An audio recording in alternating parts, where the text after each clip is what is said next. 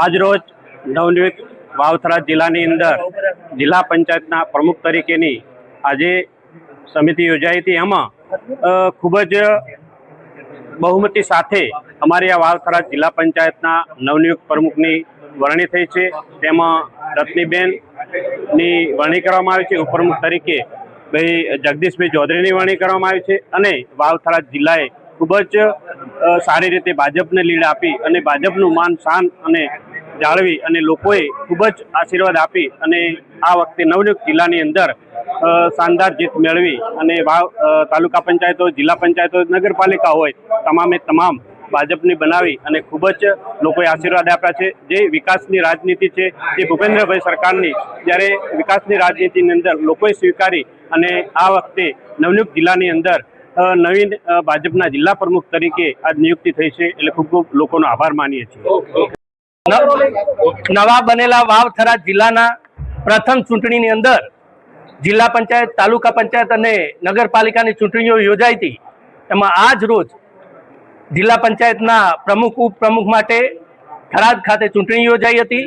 એમાં ભારતીય જનતા પાર્ટીના પ્રમુખ તરીકે રત્નીબેન પરમાર અને ઉપપ્રમુખ તરીકે જગદીશભાઈ ચૌધરીની નિમણૂક કરવામાં આવી છે।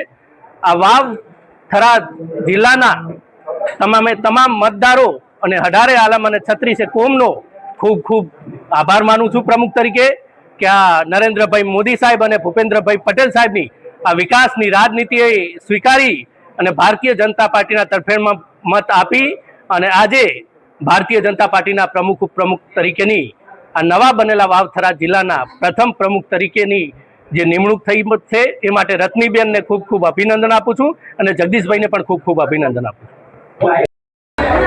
જિલ્લા પંચાયત પ્રથમ વખત ચૂંટણી આવી છે અને એ ચૂંટણીની અંદર વાવથરા જિલ્લાની જનતાનો ખૂબ ખૂબ આભાર માનું છું કે પ્રથમ વાર જ્યારે જિલ્લા પંચાયત બની છે ત્યારે ભારતીય જનતા પાર્ટીને જંગી બહુમતીથી જીતાડીને જિલ્લા પંચાયત બનાવી એ બદલ ભારતીય જનતા પાર્ટીના તમામ આગેવાનો અહીંયા અમારા જિલ્લા વાવથરાના અધ્યક્ષ મહોદય ડૉક્ટર નરેશજી ઠાકોર, ત્રણેય મહામંત્રીશ્રીઓ, આ વિસ્તારના લોકપ્રિય ધારાસભ્ય અને ગુજરાત વિધાનસભાના અધ્યક્ષ શંકરભાઈ ચૌધરી સાહેબની જે મહેનતથી આ જિલ્લો અલગ પડ્યો અને એ પ્રથમ વખત ચૂંટણી આવી એની અંદર મારો સમાજ પણ દલિત સમાજે ખૂબ ખૂબલે વોટ આપી અને જિલ્લા પંચાયત બનાવી।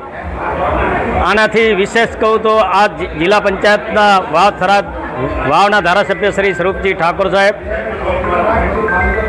ગુજરાતના મુખ્યમંત્રી ભૂપેન્દ્રભાઈ પટેલ સાહેબ અને દેશના યશસ્વી વડાપ્રધાન નરેન્દ્રભાઈ મોદી સાહેબની જે પ્રેરણાથી આ જિલ્લાની અંદર ખૂબ જનતાએ બહુમતી આપી છે। અમારા પ્રદેશ અધ્યક્ષ મહોદય જગદીશભાઈ વિશ્વકર્માના માર્ગદર્શન હેઠળ આ જિલ્લા પંચાયત બની છે। અમને વિશ્વાસ છે સૌ પ્રથમ તો હું વાવથરા જિલ્લાની જનતાનો આભાર માનું છું કે પ્રથમ વખત જ અમારા સમાજની સીટ આવી છે અને મને વિશ્વાસ છે કે રત્નીબેન બહુ સારો વહીવટ કરશે, જિલ્લાની જનતાને સારો વહીવટ આપશે એવી હું પણ ખાતરી આપું છું અને ફરી વખત વાવથરા જિલ્લાની જનતાનો ખૂબ ખૂબ આભાર માનું છું કે અમને વિજય બનાવ્યા। મારું નામ રત્નીબેન અચનભાઈ પરમાર, જિલ્લા પંચાયત મલુપર સીટ 17। આજ રોજ વાવથરા જિલ્લા પંચાયતમાં મને પ્રથમ પ્રમુખની જવાબદારી આપી આ બદલે પાર્ટીનો સમગ્ર નેતૃત્વનો ખૂબ આભાર અને જિલ્લાના નેતૃત્વનો પણ ખૂબ આભાર અને આપણા લોકસેવક શંકરભાઈ ચૌધરી સાહેબનો પણ ખૂબ ખૂબ આભાર તેમજ મલુપર જિલ્લા પંચાયતના તમામ મતદારોને પણ આભાર અને મને મળેલી જવાબદારી હું નિષ્ઠાથી નિભાવીશ। સૌનો સાથ, સૌનો વિકાસ। જય જય ગૌરી ગુજરાત। પ્રથમ એવું કયું આપ કામ કરશો જે વિકાસના કામો ખાસ કરીને વાવથરા જિલ્લાની અંદર પીવાના પાણી તેમજ સિંચાઈ માટે પાણી પણ તકલીફ છે, તો કયા કામ કરશો? રોડ, રસ્તા, વિકાસ, પાણીનું આરોગ્ય કેન્દ્ર।